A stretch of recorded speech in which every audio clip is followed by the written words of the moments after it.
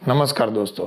200 plus देशों में जिनकी बिक्री है, 200 से ज़्यादा जिनकी ब्रांड है, 225 बोटलिंग के पूरी दुनिया में पार्टनर है, 900 से ज़्यादा जिनके बोटलिंग के प्लांट लगे हुए हैं, 1.81 लीटर पानी में से 1 लीटर का सॉफ्ट ड्रिंक बनाती है और 2.1 अरब बोतलों का जिनका रोजाना बिक्री है और इस कंपनी में 79,000 पीपल रोजगारी मिल रही है। वैसे ही दुनिया की नंबर 1 सॉफ्ट ड्रिंक कंपनी के ट्रेड सीक्रेट के बारे में आज हम बात करने वाले हैं।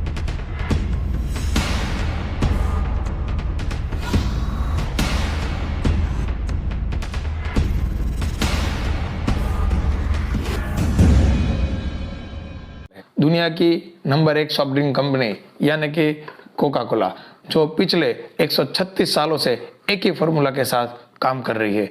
इस सदी में खाने पीने की आदतों में बदलाव आ गया है, स्वास्थ्य के प्रति लोगों की जागरूकता बढ़ गई है, लेकिन कोका कोला के बाजार में उसका कोई प्रभाव नहीं पड़ा है। हद से ज्यादा चीनी का इस्तेमाल को लेकर कई हस्तियों ने सार्वजनिक रूप से इसका बहिष्कार किया है। पिछले साल रोनाल्डो ने एक प्रेस कॉन्फ्रेंस में अपनी बोतलों को हटा दी थी। हालांकि विवादों के बीच कंपनी अब अतिरिक्त चीनी कम कर रही है और कुछ उत्पादकों को जीरो शुगर के नाम पर बढ़ावा दिया जा रहा। हालांकि कोका कोला के 700 अरब डॉलर के इस बाजार में उनके काफी सारे मालिक अभी तक बदल चुके हैं। उनका पूरे एक सदी से पूरे मार्केट में वर्चस्व रहा हुआ है। कोका कोला संयुक्त राष्ट्र के 193 से भी अधिक देशों में बेचा जाता है। केवल क्यूबा में ही उस पर प्रतिबंध लगाया गया है। 2017 से 27 साल के जेम्स क्विंस्की कोका कोला के नए सीईओ है। कोका कोला का आविष्कार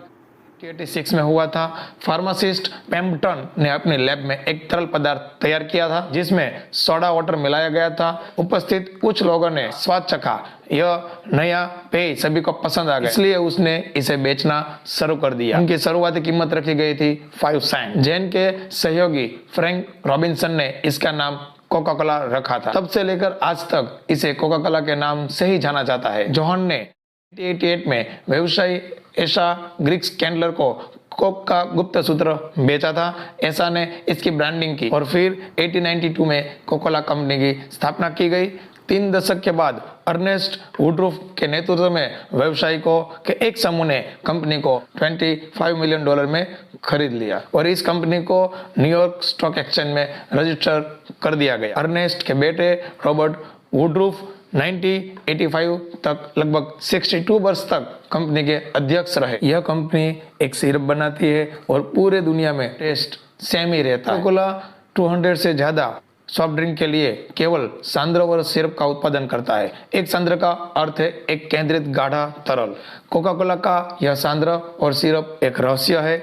यह कैसे और कहां बनता है, यह पिछले 135 वर्षों में एक रहस्य बना हुआ है। कंपनी का सारा रहस्य इन्हीं कंसंट्रेट और सिरप से आता है। कंपनी कंसंट्रेट और सिरप को अपने अलग अलग बोटलिंग पार्टनर को बेचती है, फिर वे इसमें स्पार्कलिंग पानी और स्टील मिलाते हैं और जरूरत के अनुसार स्वीटनर डालकर पैकेजिंग के लिए बेचते हैं। कोक के उत्पादनों में Coca Cola, Fanta, Sprite, Thums Up आदि ट्रेडमार्क के तहत स्पार्कलिंग फ्लेवर के साथ साथ हाइड्रेशन, स्पॉट्स, कॉफी, चाय और इमर्जिंग बेवरेजेस अल्कोहलिक पेय शामिल है। कोका कोला के सभी पेय का स्वाद दुनिया के हर कोने में एक जैसा ही होता है। अमेरिका के एटलांटा में म्यूजियम बनाया गया है और इसी म्यूजियम के अंदर एक तिजोरी के अंदर कोका कोला की इस फॉर्मूला को 2011 में इसे यहाँ रखा गया था। इससे पहले सन ट्रस्ट बैंक के पास 86 साल तक यह राज था,